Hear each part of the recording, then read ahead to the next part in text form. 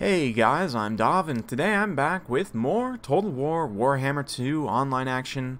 We're here with the Beastmen and Beast Women, and we're going to be taking on the Wood Elves, hence the Waywatcher shots currently coming in. And both of us have a pretty unusual builds, so let's talk about things here. My build is inspired by a recent replay I had casted where the Beastmen player, I don't remember exactly who it was, but they brought like a ton of Harpies and mobile units, so I've done exactly that. We've got 5 units of Harpies, 4 Chaos Poison Warhounds, 4 Centaurs, the Regiment of Renowned Cygor, Morgar, and the Brave Shaman standing in the back as quarterbacks, and that's pretty much it. So a very, very highly mobile Beastmen army. We've got about 600 models on the field.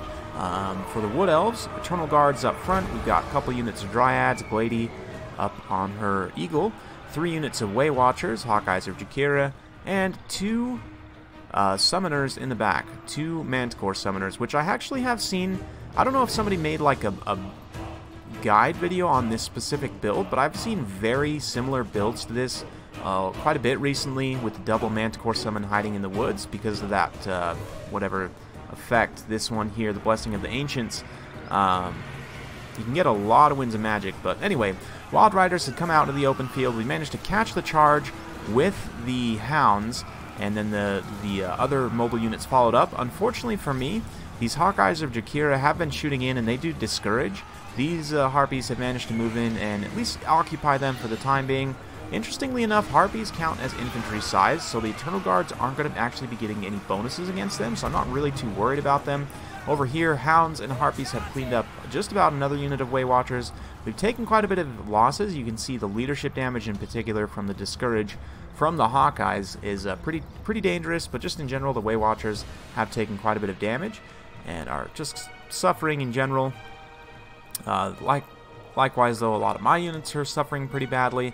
But we have also done a ton of damage to these Wild Hunters of Kronos as well, the Regiment of Renown Wild Riders here. And as my units rally, we're going to try and keep them pinned up in the open field and try and keep them from getting back to the Hero Squad. Granted, with the Eye of Morslib, I do have the Warp Gaze, so I can freeze units into place. My other mobile group out on the far side came out of the woods, got a quick charge in here, tried to force a blob for the Cygor to throw into, but we're going to go ahead and pull away there before I take too many losses.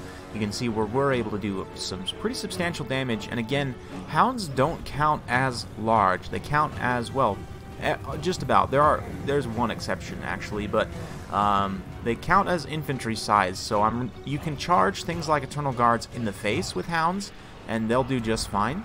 The Harpies rallying, we're going to get another push in here, do a ton of damage to these Waywatchers once again. The Wild Riders and the Manticore responding, pushing away the Harpies, terrifying them away very quickly. They'll scatter to the wind, but thankfully they're pretty quick.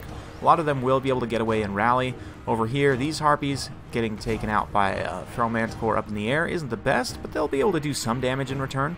Harpies actually have really good weapon strength, and you can see, as long as they don't get terrified, they actually probably would have won that fight. But another timing push over here, Hounds and Centaurs charging in. I tried to get the Centaurs in on the Dryads since they don't have charge defense, and the Hounds are feasting on the very tattered Eternal Guard. And, you know, Hounds, very effective in this type of a situation. They are going to be able to rout them off, and we'll be able to wrap up a lot of the units over on that side. So, yeah, lots of hit and run, lots of range fire for long distance. Cygor continuing to chuck his rocks. But my mobile forces on this side have sort of run out of steam. Granted, we did a ton of damage to some high-value units. 2 Waywatchers are very, very low at this point, and all of the Wild Riders have taken quite a bit of damage as well. But the Manticore effect is in full force. We've got 2 summons now built both up basically at the same time, and 2 more Manticores pushing up. So at this point, I'm going to go ahead and just continue to pull back. These Manticores will degenerate a little bit. It's obviously not as fast as it used to be, but they will degenerate somewhat as I pull back. So I'm going to go ahead and pull back with Morgar's summons. I've got 1 more pocket Manticore summon as well. The Eye of Morslib here. I figured this is going to be my best chance to try and take out all of these summons at once. So here they come, the 4 Manticores cresting the hill. The first one is going to charge down. We're going to freeze one in the air with the Warp Gaze, this one right here, so that we can defeat in detail, as you guys know from my other replay. The one of them, the one that was very low, got turned into a unit of Chaos Spawn, which thankfully blocked the Wild Riders and forced them to retreat. And then the thick Chaos Spawn can then come back and block these Manticores in. My own summon Manticore's up, and the other unit of Chaos Spawn also being summoned. So, yeah, you know, what else can bring the double summons? And the Arrow of Kurnos there doing some good damage to the Hounds, but of course, Beastmen have their own summons. I have 2 Manticores and 2 Chaos Spawns to summon, so in actuality, the same number of summoned units. And yeah, you can see the summoned Manticores for the Wood Elves just getting taken out by the Chaos Spawn and my Manticore. Morgar also got some good hits in there as well. He's got, you know, a good amount of weapon strength. If I can highlight him, 400 weapon strength, not too bad. And yeah, just in general, the Wood Elves, not really sure what to do. At this point, the sort of the die has been cast, as it were, with the Manticore summons, and the Spellsingers don't have a whole lot of use at this point. So we're going to fast forward a little bit as my opponent sort of pulls back and tries to figure out what to do next.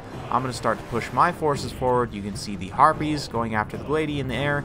They're not going to do a ton of damage, but the Manticore came down and enraged straight into the Spellsinger, which is just fine by me. If we can take out the Spellsingers, we'll do some damage to the balance of power, but the Way Watchers, getting a volley or two in there, just did a ton of damage to that Manticore. I'm going to push my Centigores up and through, try and get on top of those Way Watchers, but unfortunately the rallied Wild Riders, try saying that 5 times fast, are going to come out of the woods here and catch a lot of these Centigores here. They're not then going to get shot in the back by the remaining Way Watchers, and it'll pretty much be the end of that. Chaos Spawn coming down the hill. Beautiful, beautiful Chaos Spawn charging into these Dryads here. They'll do pretty well against the Dryads. They'll be able to do some good damage and some poison and so on. The Manticore's done some good damage to the Spellsingers as well, so that's just been great overall. The Cygore's just about out of throwing rocks, and the balance power's tilted pretty heavily in my favor, so I'm confident that we can clean this up at this point, but it's still not a completely guaranteed thing, especially because these Way Watchers still do have some ammo left. Morgar has heavy missile resistance. I'm not really too worried about him, except for getting cycle charged by the Glady. But yeah, those Cygor rocks going to continue to rain down, and we'll fast forward a little bit as another direct hit hits those Eternal Guards there. Manticore is just about done for, but Morgar and the other cast are going to come forward at this point and finish off the Spellsingers. Give them the old crab hand. And the Bracian is actually not bad in combat either as far as casters go. He's got, what, 35 and 28? I guess less melee defense than the Spellsinger, but wow, did it just duplicate her head when she got decapitated? I've never seen that before. Anyway, going back to my previous point, yeah, Bracian going to drop a Flock of Doom here. He's decent in combat, although not decent enough to get punted by Wild Riders. Glady going to come down here. The Wild Riders come for the Eye of Morslib, which was trying to come and sort of form a little Death Star here. It's going to be alright by me. We'll be able to take out maybe a few of the models here with some good splash attacks. And the Hounds also had rallied a couple of units. We're hidden in the woods here. They're going to get a good side charge here on these Wild Riders, take out a few more of the models, and pretty much finish them off. The Glady's not a big fan of that. She's going to Prey of Anathrema, the Eye of Morslib, so it can't move, and then dive down, try and take it out. The Hounds will then start poisoning her, and yeah, Morgar and the Bray Shaman, not wanting to get surrounded by infantry, going to try and pull back here with a nice Flock of Doom. And the Glady gets caught here and staggered by the Cygor. She's getting kicked and stomped on. Morgar then runs in, you know, chest pumping, full of anger and adrenaline. He gets a hit in, and that's enough to rout off the Glady. And at this point, the Bray Shaman, you know, he's not doing too happy, but Morgar will sit and fight, especially with the Cygor watching his back all day, and these three can kind of clean things up here. So a fun battle, very interesting builds on both sides. I have seen this Wood Elf build a little bit lately. I'm not sure about the double Manticore summon, if somebody made a guide about that or something, but just in general, this build, very unorthodox for the Beastmen, but it was a lot of fun to play. If you had better micro, you'd probably be able to make it work even better than I did here, but still ended up working out okay. We were able to defeat all 4 Manticores without too much issue, do a ton of damage to these infantry, take out the Wild Riders. You can see that both units of Wild Riders got really good kill numbers, 95 and 88. A lot of those coming against Centaurs as well, which are pretty high value targets, all things considered. But the Harpies were able to do a lot of work. I say that, you know, a lot of kill totals actually, but yeah, they all had 1 XP chevron to begin with, so I guess 1 got an XP chevron from taking out Way Watchers, but 115 on the Eye of Morsleep. That's some heavy lifting right there.